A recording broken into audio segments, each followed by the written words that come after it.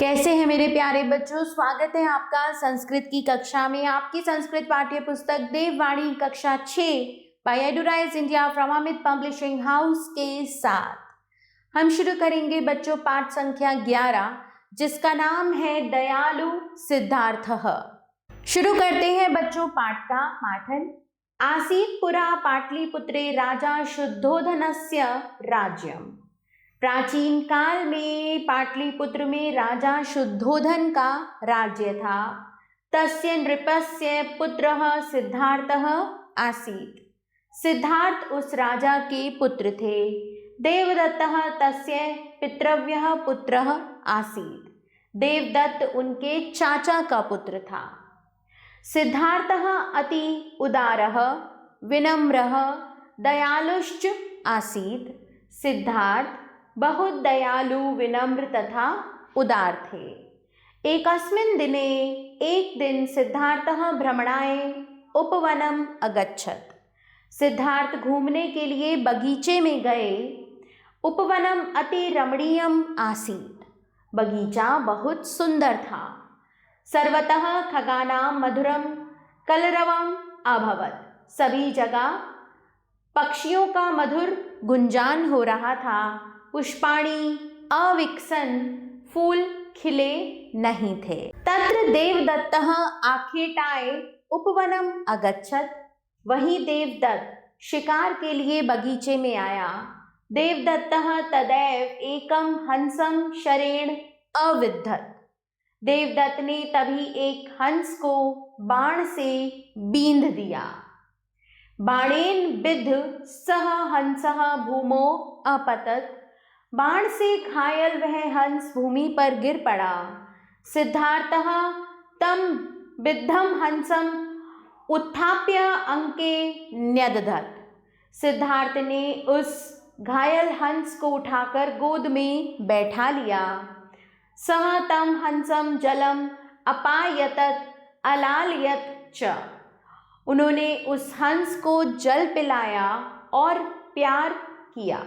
तदैव देवदत्तः तभी देवदत्त अति सिद्धार्थस्य समीपम अगच्छत् हंसं च अयाचत। सिद्धार्थ के पास आ गया और हंस को मांगा। सिद्धार्थः प्रत्यवदत्। सिद्धार्थ ने उत्तर दिया, इदं हंसम अहम तुभ्यम न दस्यामि। यह हंस मैं तुम्हें नहीं दूंगा। यतः त्वं हंसस्य घातकः असि। क्योंकि तुम हंस के हत्यारे हो। अहम च अस्य रक्षकः अस्मि। मैं इसका रक्षक हूँ। अतः अयं हंसः ममावः। अतः यह हंस मेरा ही है। तदा तयोः मध्ये विवादः जातः। तब उन दोनों के बीच विवाद हो गया।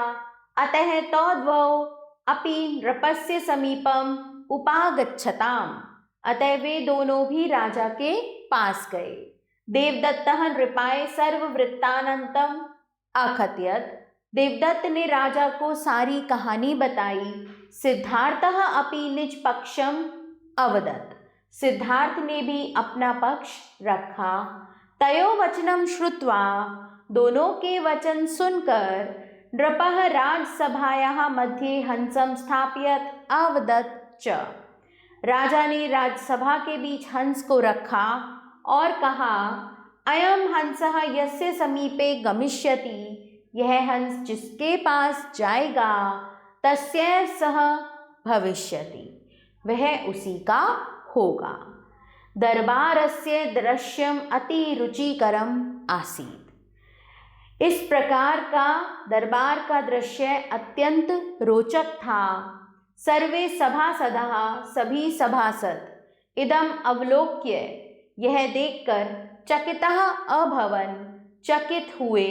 यत् हंसः चलित्वा, कि हंस चलकर सिद्धार्थः अंके उपाविशत्, सिद्धार्थ की गोदी में बैठ गया। नृपः निर्णयम अददत्, राजा ने निर्णय दिया।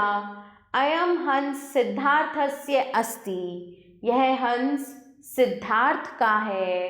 सह स्वयं नया, वह स्वयं ले ले।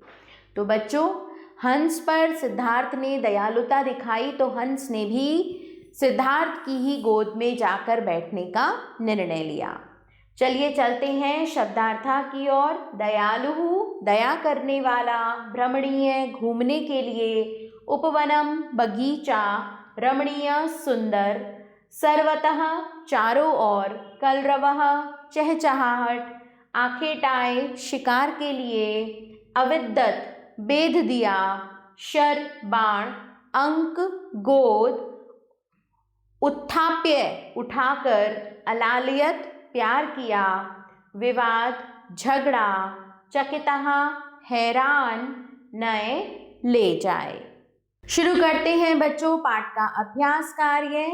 निम्नलिखितानां प्रश्नानां उत्तराणि लिखत। निम्नलिखित प्रश्नों के उत्तर लिखिए।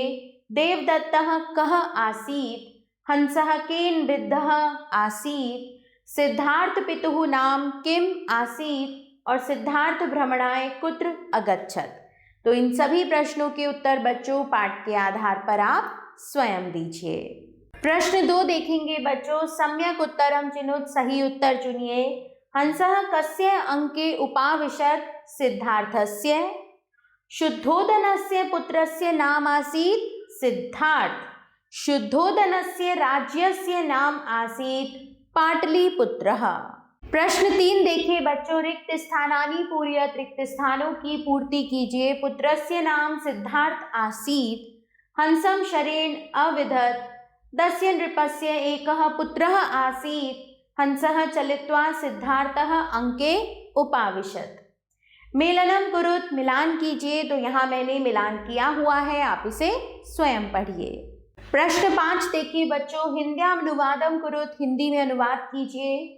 तो यहाँ मैं हिंदी अनुवाद बता रही हूँ, आप उसे स्वयं लिखेंगे। एकस्मिन् दिने सिद्धार्थः भ्रमणाय उपवनम अगच्छत्। एक दिन सिद्धार्थ घूमने के लिए उपवन में, बाग में गए।